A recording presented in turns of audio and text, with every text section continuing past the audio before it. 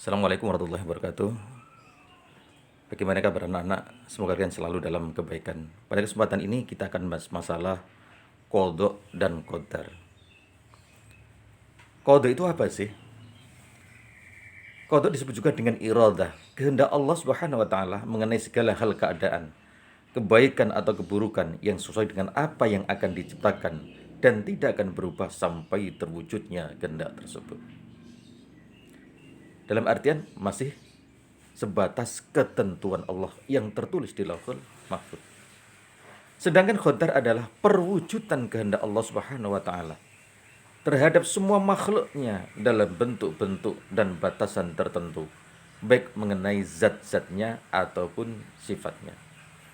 Ketika perbuatan sudah wujud di dalam kenyataan, sudah dijalani dalam kehidupan, itu disebut juga dengan qadar. Makanya yang belum terjadi masih sebatas ketentuan Allah disebut qadha, tapi kalau sudah terjadi, sudah wujud nyata di dalam kehidupan namanya qadar. Sedangkan iman kepada qadha dan qadar adalah meyakini sepenuh hati bahwa Allah telah menetapkan segala sesuatu, baik maupun buruk atas hamba-hambanya di dunia dan di akhirat. Ada beberapa pendapat tentang qadha dan qadar. Mungkin kalian sudah mencari, kalau kemarin ada aliran Qadariyah, ada aliran Jabariyah, ada aliran Asyariyah. Bagaimana pendapat mereka tentang qadha dan qadar? Kalau aliran Qadariyah berpendapat bahwa manusia sendirilah yang menciptakan dan menguasai perbuatannya. Berarti manusia itu sendiri, Allah tidak ikut di dalamnya dalam perbuatan manusia. Itu adalah pendapat aliran Qadariyah. Kalau aliran Jabariyah berpendapat bahwa segala perbuatan makhluk Allah lah yang menghendakinya. Makhluk tidak mempunyai pilihan dan kehendak sendiri dalam perbuatannya.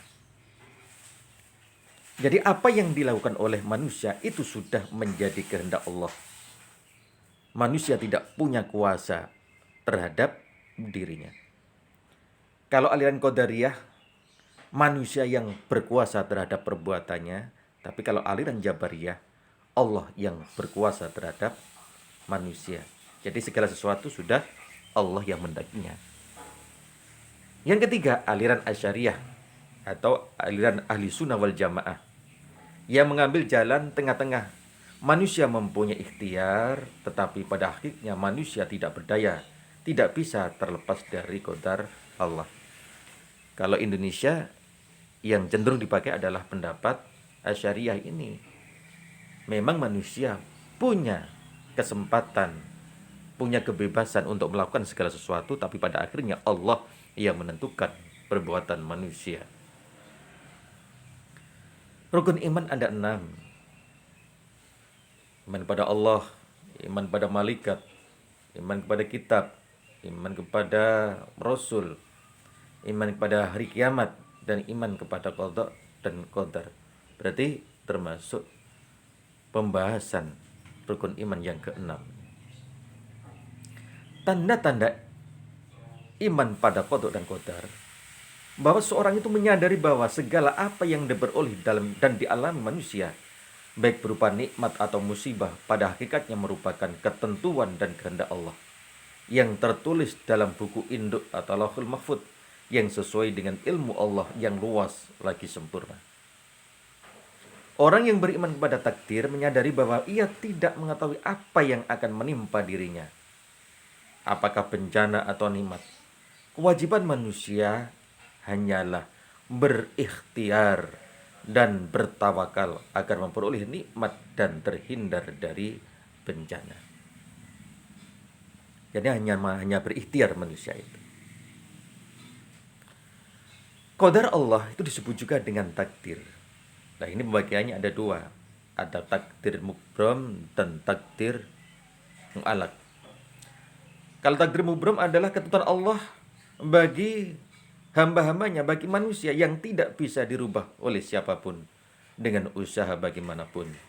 Contoh, jenis kelamin, semuanya ditentukan oleh Allah. Umur manusia dan datangnya hari kiamat, itu hanya Allah yang tahu. Itu sudah menjadi keputusan final yang berasal dari Allah. Dan itu menjadi takdir mubram yang tidak bisa dirubah.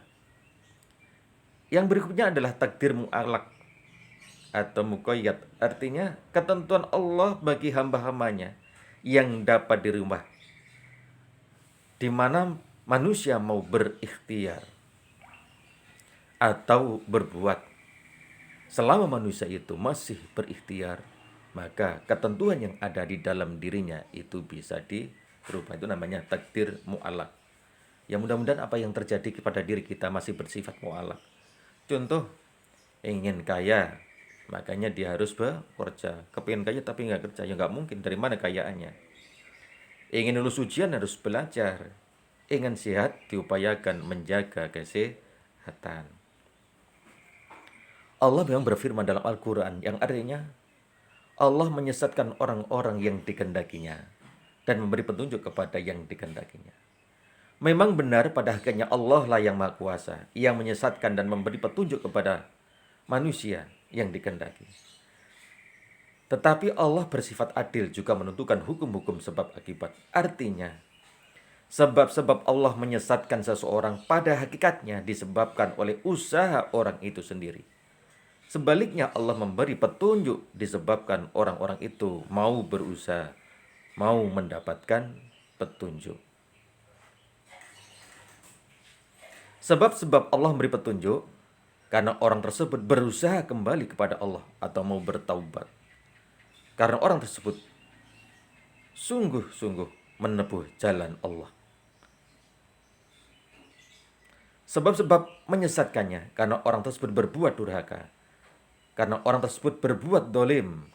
Karena orang tersebut berbuat atau bersifat sombong. Kalau kita ingin dapat petunjuk dari Allah, tentunya jalan-jalan mulia harus kita tempuh. Mudah-mudahan yang saya sampaikan di sini dibarengi hidayah Allah dan menjadi keterangan yang bermanfaat. Wakiran, assalamualaikum warahmatullahi wabarakatuh.